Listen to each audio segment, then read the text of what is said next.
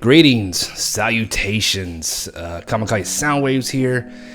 Kind of want to just throw out my 2-cent video on the Destiny 2 beta. I've heard some really positive things and some negative things from a few folks. Thought I would just kind of throw my 2 pennies in the basket, see if anybody cared what I thought. But so I'm going to go ahead and just kind of start off with the campaign, the strike, and then the multiplayer. And I'm going to talk about each one because that's kind of the order that I played in the beta. I spent a good probably 6 hours with it, maybe 7, maybe 8. Didn't have a lot of time when it came out. And it got extended till Tuesday, which was great, but then once again I just haven't had much time to play it even today. But anyway, without further ado, the campaign. Okay, so I guess everybody kind of already knows what's going on. The Red Legion, if you don't remember, in Destiny 1, when the Cabal crashed their ship into the Dreadnought, the Taken were on there. Long story short, the Cabal sent out a distress signal to their home world, and this is the people they sent the distress signal is the Red Legion, which is the Cabal from their home planet. So they have shown up and they have come to take down the Guardians, and along that with the Traveler. So far story-wise, really right back into the swing of things. I think it is a great way to start off the campaign. Not so much like on a downer, but it's kind of like a really smart way to kind of make it Destiny 2 for you to kind of knock you back down to a lower level and you having to level your way back up. I think that is actually a very clever way to do it. But then again, story has never been the main focus of a Destiny game, and I don't necessarily think that it needs to be. I think that it's great to have it there, but a lot of people are really disappointed and turned off by Destiny initially just because there wasn't any story. And a lot of people I completely understand, because they all came over to Destiny, they say probably the exact same reason I did, because it's made by Bungie. And the Halo games were just great cinematic stories, and that's not what you got here. But this isn't Halo, it's Destiny, and so I appreciate it for what it is. And I've said it multiple times, it's taken me time to get into Destiny. So what I'm wrapping up to is the campaign. I think it's going to be great. I didn't mind it how it was last time, so if they're going to spend more time on it and give the fans or people who weren't a fan of it, a more cinematic story, fantastic, more power to it. The only thing that I am kind of worried about with the campaign is I'm a little bit worried that they're going to focus too much on story, and I really hope that's not the case, because like I said, if they're going to add a little bit more to it, that's great, but I don't want that to be the main driving focus of the entire game, is just the narrative and the story. Because I think without it, or at least it having it, but not being too focused on it, it's a great game at the end of the day. Now, going on to the story, so the Cabal have arrived, and they have basically taken out the entire tower. And now what they have done is they put this device on top of the Traveler, and the Traveler is the one that gives the light to the Guardians, that lets them resurrect and have their powers, and etc., etc. So that's kind of where your story kind of ends that you're given in the beta. Basically, they wrap this thing around the Traveler. It takes away your powers. Your ghost falls down. You're kicked off of a cliff, and that's where we're going to lead into when we actually come to August 8th. Now, here's the thing. I don't know exactly what the thing is that's on the Traveler and exactly what it's doing to it, because that's not really been clear. There's been a lot of speculation that basically the Cabal are harnessing the power of the Traveler. Now, I will say that the strike, okay? So getting into the strike, you automatically have your ghost right back in your abilities. So I don't know how far down the line that strike is in the game, but if it's one of the very first strikes, which I'm assuming that it will be, you're going to have a very short period without your ghost and your powers. And I don't know how they're going to incorporate you getting it back, but I assume it's not going to be a very long time without you being able to resurrect, have your ghost, and etc., etc. So, Anyway, that's kind of the whole story wrapped up into a whole for the most part. Really, you're not given too much context, which is really great. It really kind of leaves it on a cliffhanger. Really makes you want to know what's you're gonna get next if you happen to pre-order that, or if you obviously did pre-order it and you get it. It's a good cliffhanger. Now, I have heard that people don't really care for the story so far, that it's just more of the same. But it is Destiny, and I mean, if you didn't like Destiny 1, I don't think there's anything here that's gonna make you like Destiny 2, especially when it comes to the story and the storytelling, etc., etc. Now, moving on to the gameplay. Now, I will say that the gameplay has kind of changed. And I'm speaking only for the story parts. Now, the new leveling up and all that stuff has completely been revamped, and I have absolutely no problem with it.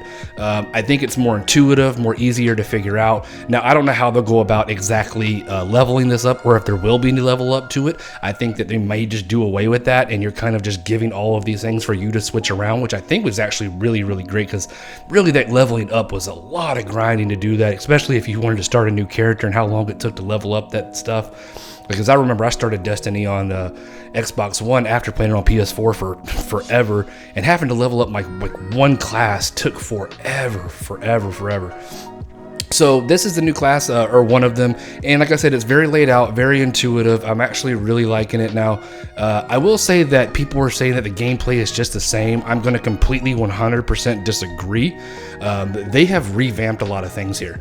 Number one, it being with the new classes being involved. Even the old supers that you're giving, they're a different way to play them. So I guess you can argue, well, it's just the same thing. They just switched it up a little bit. Now, here's where I'll say that it's become a little bit more tactical. Now, your three main weapons now are, your first two weapons that you select are like main weapons, which can be a hand cannon, assault rifle, submachine gun. They even have the new weapons, a submachine gun, which is all of them are really dope so far. I really love all of them. But auto rifle, that's the one I was looking for. And so basically, your two main weapons, you can switch back and forth, and I think that's going to bring a new tactical way to play.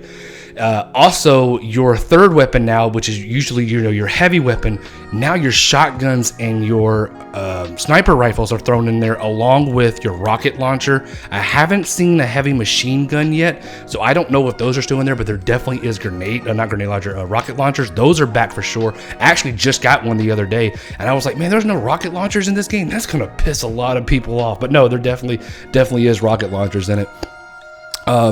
And so far the one I got was pretty weak, but it's still in beta.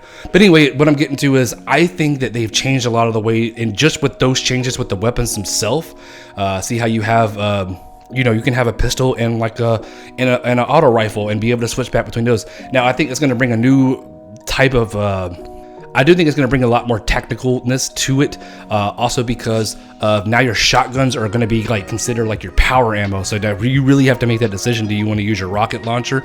Do you want to use your shotgun? Do you want to use a sniper rifle? Because all that's now in the same category, which is now called power ammo. And the one thing they also, I don't know if I mentioned about the grenade launcher. I am not a fan of this grenade launcher so far. Every one that I've gotten, I think there's only one so far that I've used, and I am really disappointed with it, don't like it. But nonetheless, I think that's going to change up a lot of things. Now they have also mapped a third item to where your fist of havoc or your melee that you charge up, your grenade that you charge up. Now each character with each class has its own also little sub ability.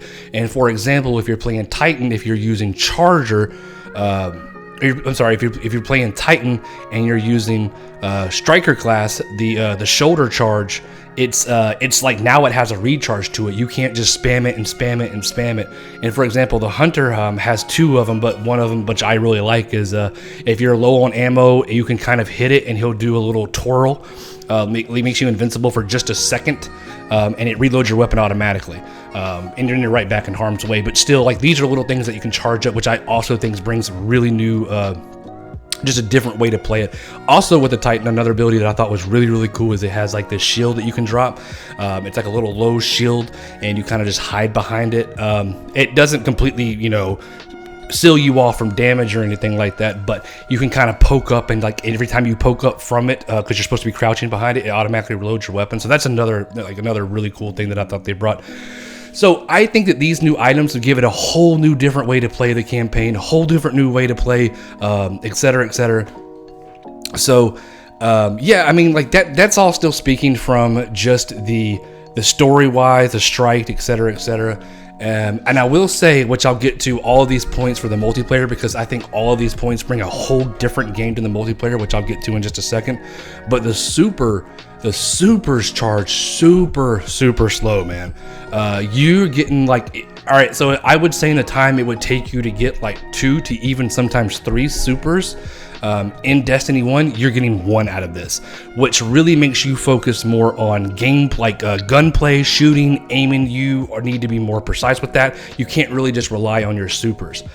So once again, that's all from the campaign. Now I want to jump into the multiplayer and kind of explain why I think these things will change the multiplayer. So, and the multiplayer, here's what I'll say about it.